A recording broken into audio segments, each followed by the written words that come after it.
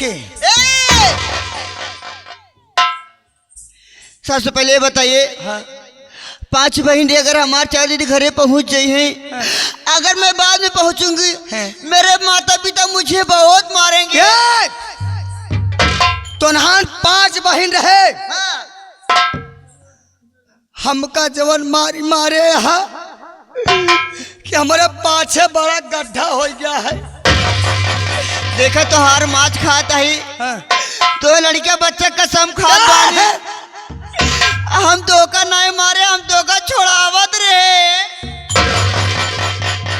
हाँ तय मारत नहीं रहे, पंचो इमारत नहीं रही, बल्कि यही परिला के अपने परिला के शंकर भगवान समझ के पाछे अगरबत्ती खोसत। हाँ सही बात है, सही बात है।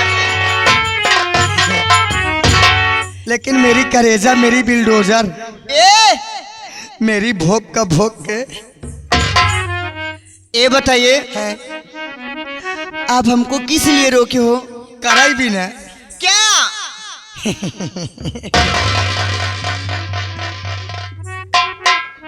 करवावे भी ना। अरे बाबा क्या करवाओगे तुम मुझसे? सेवा। सेवा? अब का गोड़ हाथ में जोड़ोगे ना। तो?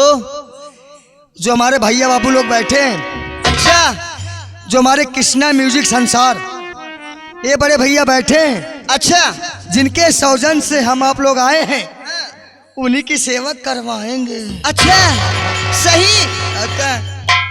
जैसे आप कहोगे वैसे मैं करूंगी। चल कर। अरे बाबा क्या करूँ वहाँ? सेवा रे। तो यहाँ क्या कराओगे तुम? मेरी टाइटल है। अच्छा आपकी टाइटल है तो चल कर फिर। ए बाबा अरे नाच गाना ये मतलब ये जी जब से तो होकर देखे ही नहीं। और क्या नहीं। हमें कुछ कुछ होता है। अरे बाप रे, अरे राम हो, अरे मरी माई हो। अरे मोरी माई हो, मरी माई नहीं। हमारे कुछ कुछ होता है। क्या होता है तोरे कुछ कुछ? जवन तोरे होता है। हमें आपसे प्यार हो गया है। कहो पंचो प्यार किए का कहा थी हो? एक हम जानते ही नहीं यही कहा थी। क्या? जैसे नंगी नंगा हो जाए ओका प्यार कहा थी। तुम पागल हो क्या जी? अरे बाबा मैं तुमसे शादी करना चाहती हूँ। यानी मोहब्बत। मोहब्बत हिंदी में बताओ, पढ़े लिखे ना यही हम। अच्छा शादी करवे और क्या? चल आओ चली फिर। कहाँ? छोड़ सबके। अरे बाबा कहाँ? छोड़, हमारा मौसम बनता है कायदे से। सच्ची में? आओ का चल फिर। ये जी ऐसे नहीं, कुछ रखे हो माल पानी? नहीं माल पानी और क्या? हल्के में ले दिया कहा माल पानी। खूब बेचे आ खाचा ओचा। माल पानी हल्के में सब खातम रखे गए साथे चलवे ना। हाँ। यहाँ यार, क्या? यहाँ यार लगे यार। अरे बाबा क्या? चलवे ना तो का जानती है क्या? तोहरे एटीएम में, तुम लगते बहुत बदतमीज हो मुझे। तोहरे एटीएम में डाल दे पगली। अच्छा आओ का? चलो ठीक है, लेकिन ऐसा नहीं। हाँ। देखो मैं आपको कुछ दे रही हूँ। कैसे?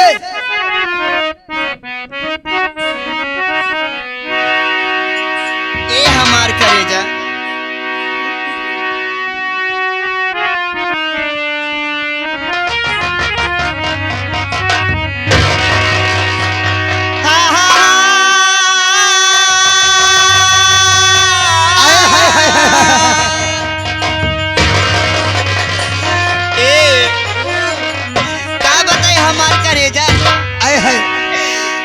ए राजा बोला हमारा बिना रानी। झूलनी के सैया, बिना झूलनी के। तो का झुलनी चाहिए ना। और क्या? हम तो का झुलना ले आओ। हमका झूलना ना चाहिए, झुलनी हमका सोने की झूलनी चाहिए। घबरा आना चाहे माँ, पूरा जमीन जायदाद नहीं, पूरा खांचे खांचा बिक जाए। हाँ। लेकिन तोरे खातिर झुलनी बनवा दे। सही। ए राजा बिना झूलनी के सैया, झूलनी के हम गवनवा ना गई बिना झूलनी।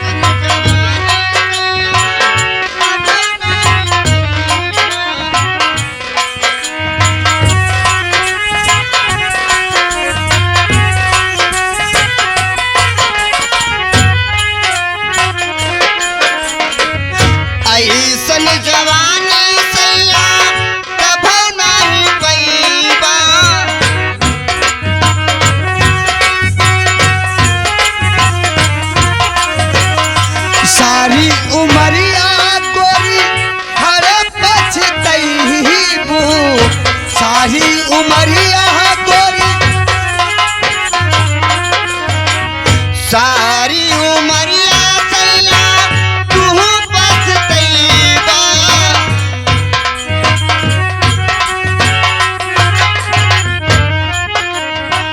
बिना झूलनी के सैया बिना झूलनी के बिना झूलनी के सैया बिना झूलनी गावनवा ना गई बिना झूलनी।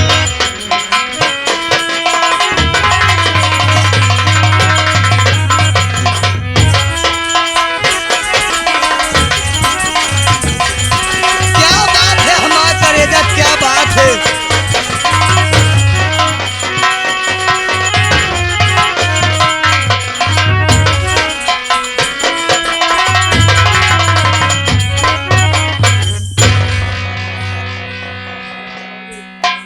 ए जी अब मैं घर जा रही हूँ। अरे घरे जा चाहे सर गई जा, अच्छा देखी आओ क्या बात है? पाछे घूम। अरे बाबा क्या है, देखी आओ पहले पाछे घूम। कि जौन पेनी है एमा ना मारे, नहीं बड़ा दिक्कत होता। ए जी ओह देखो मैं क्या दे रही तुम्हें। कैसे दिक्कत होता, कैसे क्या बात है। ओ कजरा लगौली बिंदिया सजवली ओ कजरा लगौली बिंदिया सजवली सैया बिन न दुनिया के डाली सैया।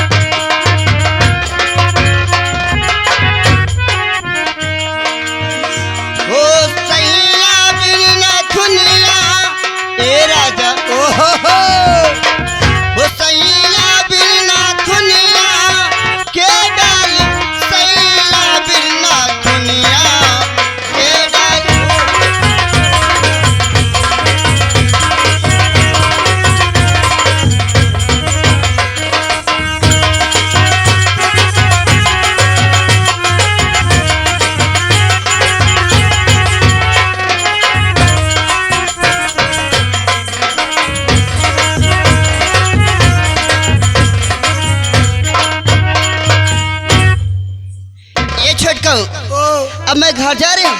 लेकिन कैसे? ए ओ। सुनी बा गोकुल नगरिया। आए हाय हाय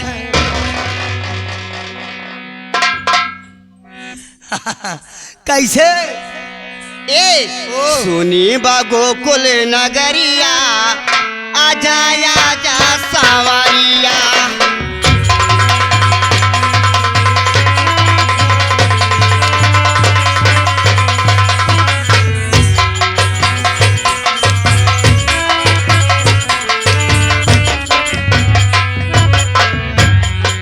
सुनी बा गोकुल नगरिया, आजा आजा सवारिया।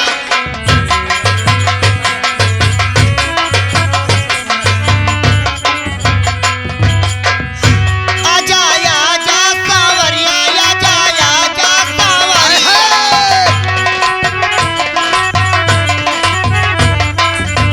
ओ आजा आजा सवारिया, आजा आजा सवारिया। सुनी बा